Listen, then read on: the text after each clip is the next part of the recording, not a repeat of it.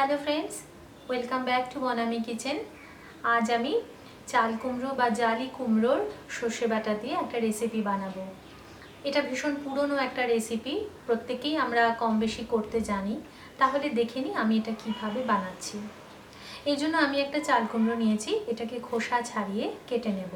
এখানে আমি আদা, রসুন আর কাঁচা লঙ্কাকে একসঙ্গে বেটে রেখেছি।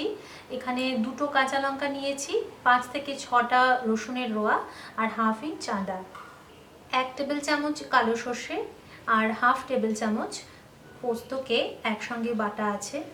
চাল কুমড়োটা খোসা ছাড়িয়ে নিয়ে আমি এভাবে একটু মোটা মোটা করে কেটে নিয়েছি। আপনারা চাইলে গোল গোল করেও কেটে নিতে পারেন। এবার এই চাল কুমড়োর টুকরোগুলোর মধ্যে আমি এক এক করে মশলাগুলো মাখিয়ে নিচ্ছি।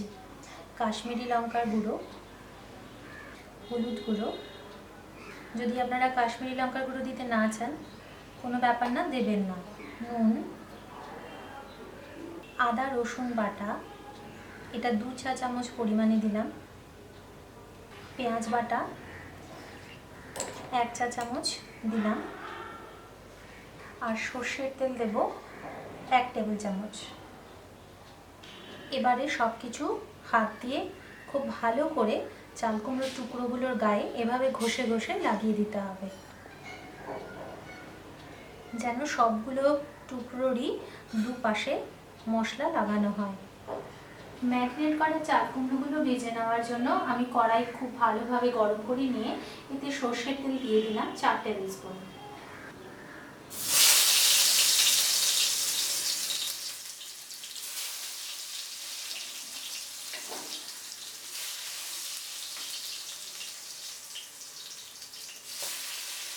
এবার ওই একই তেলের মধ্যে টুকরো করে রাখা তেজপাতা আর শুকনো লঙ্কা দিয়ে দিলাম। একটু ভেজে নিয়ে আগে 10 সেকেন্ডের মতো ভেজে নিয়ে কালো জিরে দিয়ে দিচ্ছি।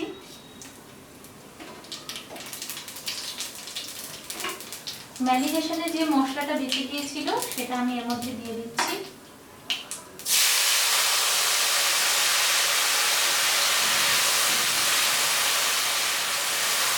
এর সঙ্গে দিয়ে দেব পেঁয়াজ বাটা 1 চা চামচ পরিমাণে।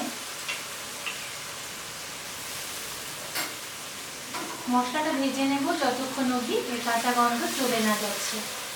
এর মধ্যে এবার আমি দিয়ে দিচ্ছি ধনে গুঁড়ো আর ভাজা জিরের গুঁড়ো, মিশিয়ে নিলাম। এখনই কিন্তু আমি দিয়ে দেব নুন।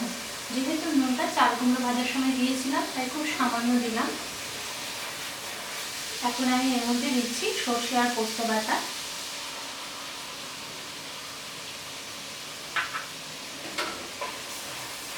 ফ্লেমটা এবার কিন্তু মিডিয়াম করে দিয়ে মশলাটা কষিয়ে নেব। এর সঙ্গে আমি দিয়ে দিচ্ছি 1/4 টিস্পুন পরিমাণে চিনি। যদিও আমি 1 চা চামচ পরিমাণে নিয়েছিলাম, কিছুটা এখন দিলাম আর কিছুটা আমি আবার দেবো পরে। সর্ষে পোস্ত ভাজা হয়ে গেল, এর থেকে আবারও তেল বেরিয়ে এসেছে। এখন এর মধ্যে আমি 1 কাপ পরিমাণে জল দিলাম, ছোট যে চায়ের কাপগুলো হয় সেই পরিমাণে দিয়ে মশলাটার সঙ্গে জলটাকে মিশিয়ে দিয়ে এটাকে ফুটে উঠতে দেব মিডিয়াম টু হাই ফ্লেমে। গ্রেভিটা কিন্তু অনেকটাই কমে এসেছে। এখন এর মধ্যে আমি ভেজে রাখা চাল কুমড়োগুলো দিয়ে দেবো। দিয়ে কিন্তু আলতো হাতে নাড়াচাড়া করতে হবে, না হলে একটু ভেঙে যেতে পারে। এই রেসিপিটা কিন্তু খুব ভালো লাগে খেতে। এর মধ্যে যদি একটু ধনেপাতা বাটা দেওয়া যায় তাহলেও খুব সুন্দর একটা ফ্লেভার আসে। 2 থেকে 3 মিনিট বাদে আমি আরেকটু মিশিয়ে নিচ্ছি। আর এটাকে কিন্তু একটু এরকম গ্রেভি গ্রেভি অবস্থাতেই আমি নামিয়ে নেব, কারণ এটা আমি রাইসের সঙ্গে সার্ভ করব। আপনারা যদি মনে করেন যে গ্রেভি একদম রাখবেন না তাহলে আরেকটু শুকিয়ে নিতে পারেন। তো তৈরি হয়ে গেল সর্ষে বাটা দিয়ে চাল কুমড়ো।